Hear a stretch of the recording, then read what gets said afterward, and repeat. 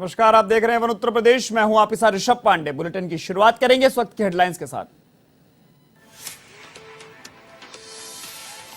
विदेशी निवेशकों के बाद घरेलू निवेशकों पर टीम योगी का फोकस। 5 जनवरी से 23 जनवरी तक 7 बड़े शहरों में जाएंगे योगी सरकार के मंत्री। मुख्यमंत्री योगी मुंबई के उद्यमियों को देंगे निवेश का निमंत्रण।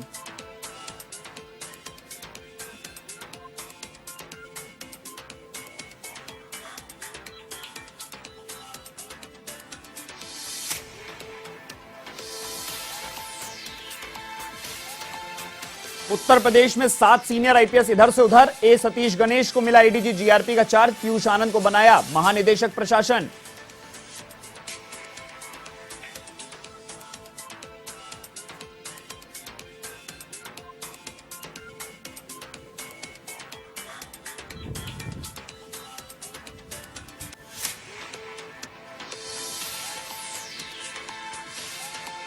मऊ में दिल दहला देने वाला हृदय विदारक हादसा। जिंदा जले एक ही परिवार के 5 लोग। चूल्हे की चिंगारी से मकान में लगी आग। मुख्यमंत्री योगी ने जताया शोक।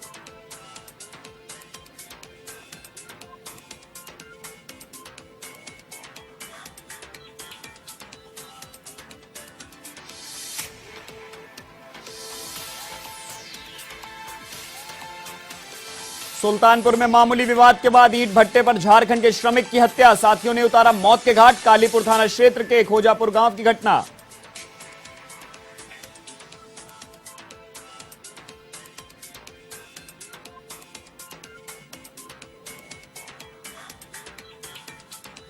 अलीगढ़ के साई मेडिकल कॉलेज में अजब कारनामा। एएनएम जीएनएम कर रही 99% छात्राएं परीक्षा में फेल। गुस्साई छात्राओं ने अलीगढ़ दिल्ली मार्ग पर लगाया जाम। प्रशासन पर लगाया घूस लेकर पास करने का आरोप।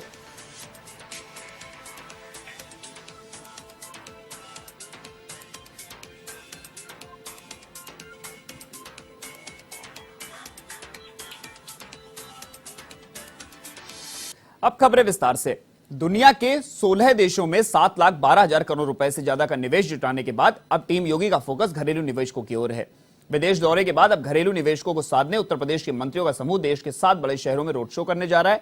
इस कड़ी में मुख्यमंत्री योगी आदित्यनाथ खुद मुंबई में बड़े उद्योग समूहों से मिलेंगे, जहां वे उत्तर प्रदेश में निवेश का आमंत्रण देंगे, जबकि अन्य 6 शहरों के लिए अलग अलग टीमें बनाई गई हैं।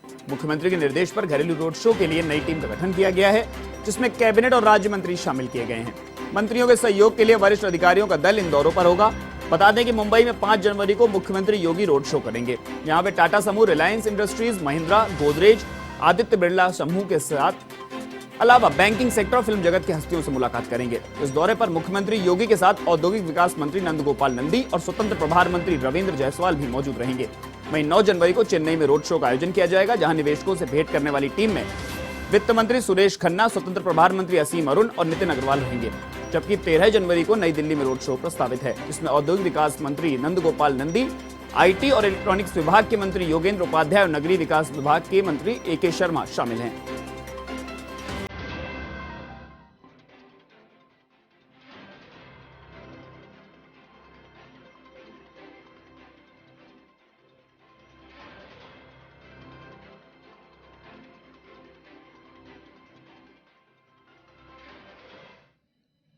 संभल से सपा सांसद शफीकुर रहमान बर्क निकाय चुनाव को लेकर मीडिया से मुखातिब हुए।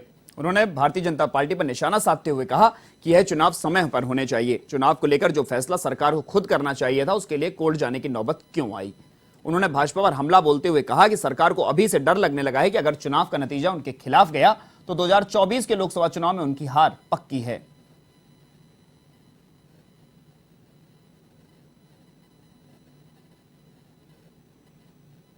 ये इस किस्म के बयानात अच्छे नहीं हैं। ये इस टाइप के बहरहाल सब इंसान, चाहे वो पोजीशन का हो या अपोजिशन का हो, किसी कौम बिरादरी, हिंदू हो, मुसलमान हो, जाटव हो या सरदार हो, ईसाई हो, कोई भी हो, सब इंसान है। इसलिए इंसानों के साथ इंसानियत का सलूक होना चाहिए और इस किस्म के बयानात देने से हालात बिगाड़ने की कोशिश न की जाए। ये इस किस्म के उत्तर प्रदेश नगर निकाय चुनाव को लेकर हाईकोर्ट का फैसला आने के बाद समाजवादी पार्टी ने भाजपा पर निशाना साधा है। सपा ने आरोप लगाया है कि भाजपा तो ओबीसी आरक्षण को हटाना चाहती थी और फैसला भी उन्हीं के पक्ष में आया है, लेकिन समाजवादी पार्टी बिना आरक्षण के चुनाव नहीं कराएगी।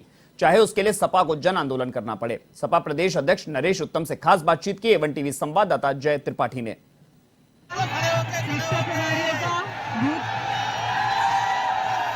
सभी नेतागण जो इस चुनाव में समर्पित होके लगे।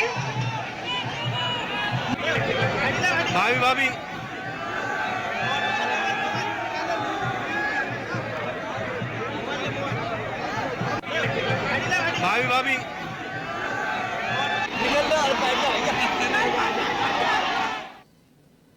उत्तर प्रदेश नगर निकाय चुनाव को लेकर हाईकोर्ट ने ओबीसी आरक्षण के बिना ही जल्द चुनाव कराने का आदेश दे दिया है। हाईकोर्ट के फैसले के बाद राजनीतिक गलियारों में हलचल सी मच गई है। भाजपा सुप्रीम कोर्ट में याचिका दायर करने की बात कर रही है, तो वहीं समाजवादी पार्टी सड़कों पर उतरकर प्रदर्शन की बात कह रही है। इन सब बातों को लेकर सभी दलों के नेताओं के विचार जाने गए। लखनऊ से एवन टीवी संवाददाता जय त्रिपाठी की रिपोर्ट।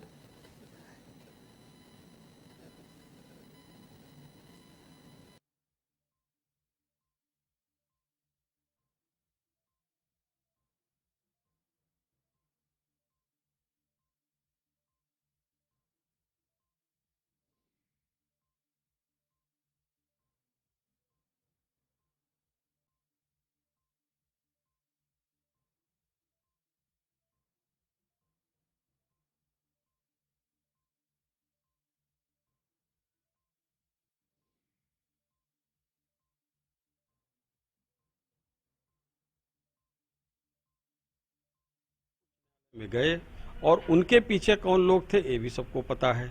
हम तो आरक्षण करके ही चुनाव कराना चाह रहे थे। अभी माननीय मुख्यमंत्री जी ने स्पष्ट कर दिया है कि हम आरक्षण कराने के बाद ही ये चुनाव कराएंगे। अब विषय क्या रह गया है ये समझ मेरी नहीं आ रही। देखिए, कांग्रेस ने अपना स्पष्ट नजरिया साफ कर दिया कि जो भी नियम कानून बने हैं, जो भी माननीय सर्वोच्च न्यायालय ने फैसले दिए हैं, उन फैसलों का हम लोगों को अपने राजनीतिक लाभ के लिए इस्तेमाल नहीं करना चाहिए। अगर कहा गया है कि साहब कि इसमें ओबीसी को इतना वेटेज मिलना चाहिए होता तो वो दिया जाना चाहिए, लेकिन भारतीय जनता पार्टी के आप जानते हैं करते हैं कुछ करने कुछ का उसमें ओबीसी आरक्षण को लेकर के जो मुद्दा उठा था, ओबीसी आरक्षण के बगैर नगर निकाय चुनाव कराया जाना कहीं से न्याय संगत नहीं है। उसको लेकर के फैसले के बाद ही तुरंत हम लोगों ने अपना रिएक्शन भी दिया था। पार्टी उस पर पुनर्विचार कर रही थी, अध्ययन कर रही थी। हम लोग अध्ययन कर भी रहे हैं और हमने मांग भी किया सरकार से कि अगर न्याय संगत नहीं होगा, पार्टी ने अपना ओपिनियन भी दिया कि अगर ओबीसी के हितों की रक्षा के लिए अगर हमको सुप्रीम कोर्ट का दरवाजा भी खटखटाना पड़ेगा तो हम खटखटाएंगे। उच्च न्यायालय में गए और उनके पीछे कौन लोग।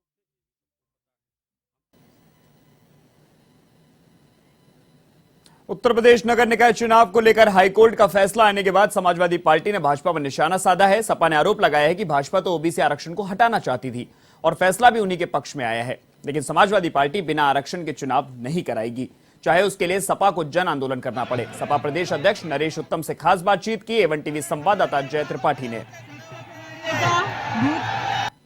जिस तरह से कल हाईकोर्ट का फैसला आया उसके बाद लगातार आप देख सकते हैं किस तरीके से बयानबाजी चल रही है। लगातार अगर आरक्षण की बात करें तो उस पर किस आधार पर चुनाव होगा, इन सब चीज़ों को देखते हुए समाजवादी पार्टी के इस समय प्रदेश अध्यक्ष नरेश उत्तम जी हमारे साथ हैं।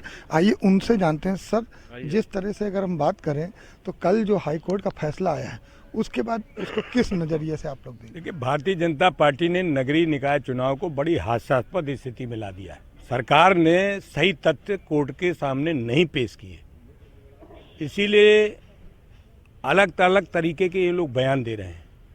कोर्ट कह रहा है 31 तारीख तक चुनाव कराओ, ये कह रहे हैं कि अब हम आयोग गठित करेंगे, हम रिजर्वेशन देंगे तब चुनाव कराएंगे। तो बड़ी हास्यास्पद स्थिति है। इसमें जनता बहुत परेशान है कि क्या होने वाला है, और ये आरक्षण पर जानबूझ करके ये काम कर रहे हैं कि किसी तरीके से ओबीसी का आरक्षण खत्म करें। सर, अगर हम बात करें तो जिस तरीके से बात कर रहे हैं कि अभी सुप्रीम कोर्ट जाने की सरकार बात कर रही है, यदि अगर सरकार ऐसे में कदम नहीं उठाती तो समाजवादी पार्टी किस तरह कदम उठाएगी? देखिए, समाजवादियों ने ही ये आरक्षण दिलवाया है।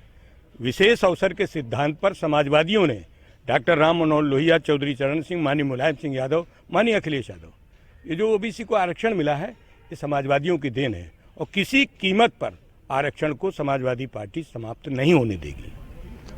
तो ये थे हमारे साथ नरेश उत्तम जी, जिन्होंने बताया कि किसी भी हाल में अगर हम बात करें तो आरक्षण के बिना निकाय चुनाव नहीं होगा। उनका साफ कहना है सरकार चाहे जिस पैठ में बैठे, लेकिन जो चुनाव होना है वो पूरी तरह से आरक्षण के साथ ही चुनाव होगा। वीडियो जर्नलिस्ट सनोज शर्मा के साथ मैं जय त्रिपाठी, A1 TV लखनऊ। इधर मऊ में एक घर के चूल्हे की चिंगारी से लगी आग में जलकर एक मां और उसके 4 बच्चों की दर्दनाक मौत हो गई। वहीं अचानक एक ही परिवार के 5 लोगों की मौत से गांव में मातम पसरा है।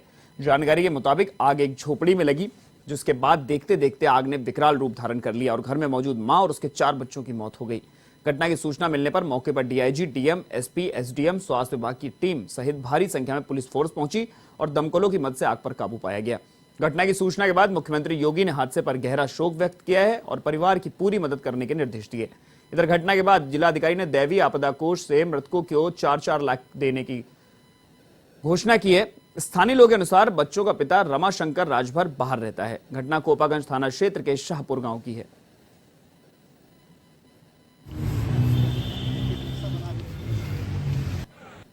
देखिए, थाना कोपागंज के शाहपुर गांव का मैटर है। इसमें रात लगभग 9 बजे सूचना प्राप्त हुई कि गांव में एक मड़ई में आग लग गई है और कुछ लोगों की मृत्यु हो गई है। तत्काल मेरे द्वारा, कप्तान साहब द्वारा यहाँ पर इसका स्थलीय निरीक्षण किया गया है और इसमें मेडिकल टीम, हमारी फायर ब्रिगेड टीम, सबको यहाँ पर बुलाया गया। मौके पर जाने पर ज्ञात हुआ कि प्रथम दृष्टया जो चूल्हे की वजह से ये आग लगी है और इसमें जो परिवार के 5 सदस्य थे उनकी डेथ यहाँ पर हुई है। तत्काल यहाँ पर हमारी जो राहत की टीम उनको यहाँ भेजा गया है और जो दैवीय आपदा के अंतर्गत उनको जो सहायता राशि दी जा सकती है उसकी भी गणना की गई है। प्रति पर्सन के हिसाब से इसमें 4 लाख की जो धनराशि है उसको हिसाब से इनको जो सहायता होगी उसकी कार्रवाई इसमें की जा रही है। इसके अतिरिक्त जो अधिक अग्रिम जो विधिक कार्रवाई है वो भी। सुल्तानपुर में झारखंड के श्रमिक की ईंट भट्टे पर हत्या का मामला सामने आया है। सनसनीखेज वारदात के बाद पुलिस अधीक्षक मौके पर पहुंचे हैं। वहीं पूरी घटना की जांच पड़ताल के लिए झारखंड पुलिस से भी संपर्क साधा गया। बताया जा रहा है कि साथी श्रमिकों ने विवाद के बाद अपने ही साथी श्रमिक की गला रेतकर हत्या कर दी और मौके से फरार हो गए। घटना कालीपुर कोतवाली क्षेत्र के खोजापुर गांव की बताई जा रही है। मृतक की शिनाख्त झारखंड निवासी रघु के रूप में हुई है। फिलहाल पुलिस मामले की जांच कर रही है।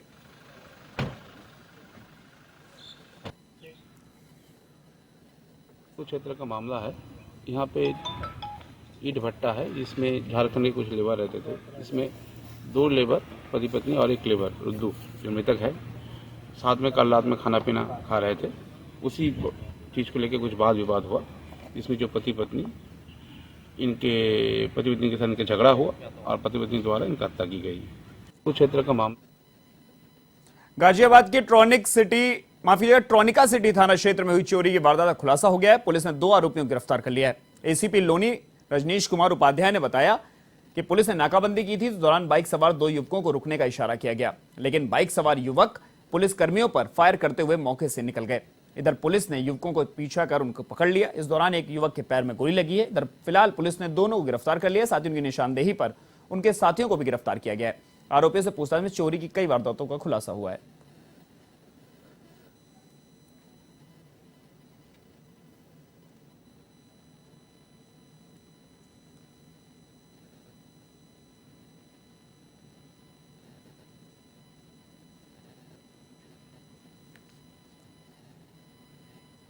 कन्नौज पुलिस ने अवैध हथियार फैक्ट्री का खुलासा किया है। पुलिस ने 2 आरोपियों को भी गिरफ्तार किया है। साथ ही 21 तमंचे, 490 कारतूस बरामद किए गए हैं। दोनों शातिर आरोपी एक कोल्ड स्टोरेज में हथियार बनाने का काम कर रहे थे।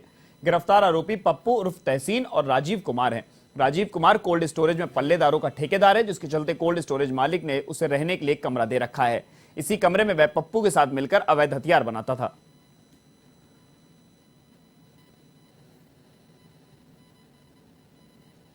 जानकारी करने पर प्रकाश में आया है कि ये दोनों अभियुक्त नाजायज रूप से अवैध तमंचे बनाते थे और इसके साथ ही विभिन्न स्थानों से खाली खोखे कारतूसों के प्राप्त करके उनमें पुनः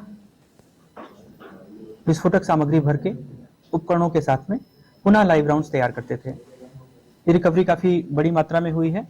इसमें 14 अदद देशी तमंचा 315 बोर के, 7 अदद देशी तमंचा 12 बोर के, 84 अदद जिंदा कारतूस 315 बोर, 334 अदद खोखा कारतूस 315 बोर, 69 अदद बुलेट 315 बोर के।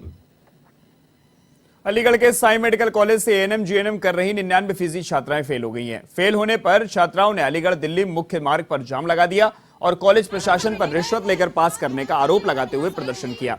छात्राओं का आरोप है कि रिश्वत नहीं देने पर 99% छात्राओं को फेल किया गया है। इस दौरान एसपी पुनीत द्विवेदी मौके पर पहुंचे और छात्राओं से समझाइश की।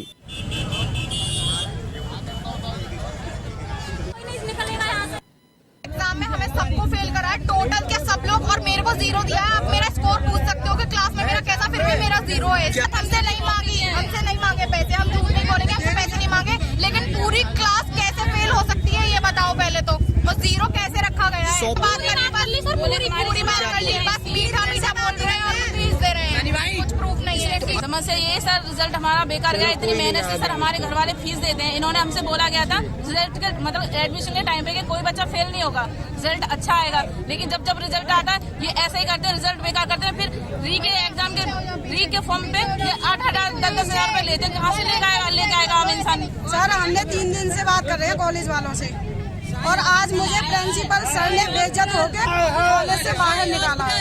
ये बोला था कि इस लड़की को कॉलेज से बाहर निकाल दो। अब बताओ मैंने कॉलेज वालों से ऐसा क्या बोला था जो उन्होंने मुझे यहाँ निकाला? आप ही बताओ, क्या सभी लड़कियाँ एक ही साथ एक सब्जेक्ट में कैसे फेल हो सकती हैं? एक ही क्लास के बच्चे और एक ही विषय में 3 बार फेल हो चुके हैं।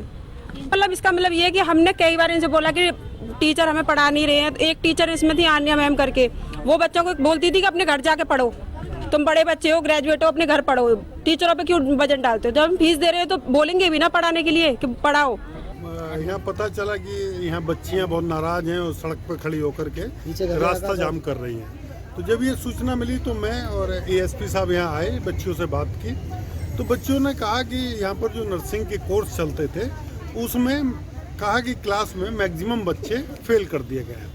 और बच्चियों का आरोप ये भी था कि सर हमने एग्ज़ाम बड़े अच्छे से दिया और हमने कॉपी बहुत अच्छे से लिखी, लेकिन उसके बाद भी हमें नंबर नहीं मिले। किसी ने कंप्लेंट की कि हमें 0 नंबर दिए गए।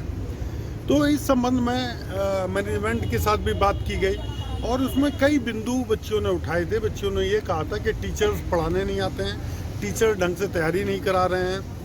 हमारी बात हुई, मैनेजमेंट के साथ बात हुई, प्रिंसिपल के साथ बात हुई, उसमें बात ये निकल करके आई। उन्होंने कहा कि नहीं, इस बार जो एग्ज़ाम है पूरी ट्रांसपेरेंसी के साथ एग्जाम हुए थे, सीसीटीवी कैमरे के सुपरविजन में एग्जाम हुए। उत्तर प्रदेश नगर निकाय चुनाव को लेकर हाईकोर्ट ने ओबीसी आरक्षण के बिना ही जल्द चुनाव कराने के आदेश दिए हैं। हाईकोर्ट के फैसले के बाद राजनीतिक गलियारों में हलचल मच गई है। आपको बताएं, भाजपा सुप्रीम कोर्ट में याचिका दायर करने की बात कर रही है, तो वहीं समाजवादी पार्टी सड़कों पर उतरकर प्रदर्शन करने की बात कह रही है। इन सभी बातों को लेकर सभी दल के नेताओं के विचार जाने गए। लखनऊ से A1 टीवी संवाददाता जय त्रिपाठी की रिपोर्ट। में तारीख और आरक्षण को लेकर जिस तरीके से कहीं न कहीं हाई कोर्ट ने कल आदेशित किया है कि आरक्षण के बिना ही जिस तरीके से जल्द चुनाव कराया जाए।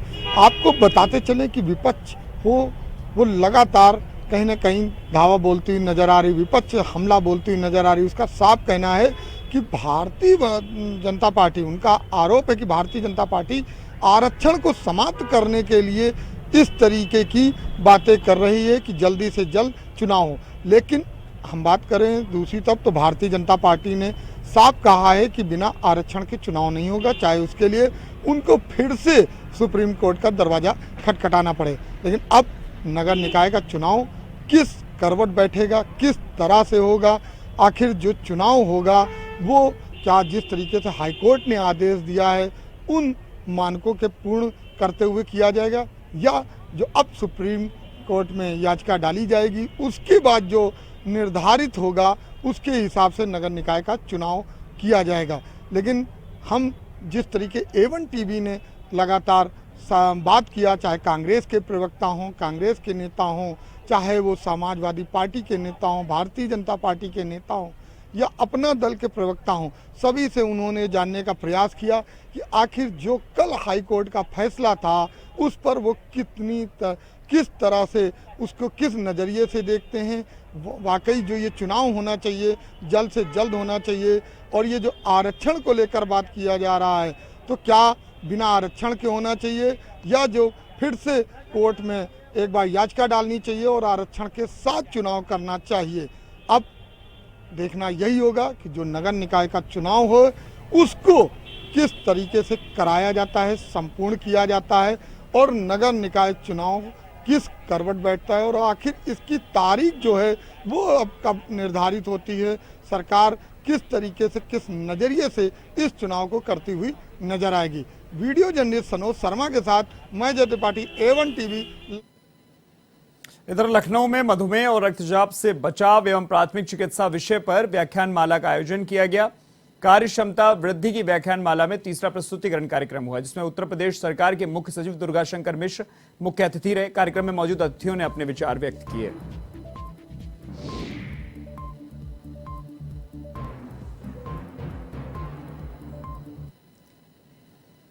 बस्ती में बढ़ती सर्दी से लोगों को राहत दिलाने के लिए प्रशासनिक अमला अलर्ट मोड पर दिखाई दे रहा है। इसी के चलते एसडीएम गुलाब चंद्र ने जरूरतमंद लोगों को डाक बंगले पर आयोजित कार्यक्रम में कंबल वितरित किए। वहीं जरूरतमंदों की मदद के लिए लोगों से अपील भी की। उप जिलाधिकारी ने बताया कि वे तहसील क्षेत्र की 3 नगर पंचायत में भ्रमण कर रैन बसेरों की व्यवस्थाओं की जानकारी ले रहे हैं।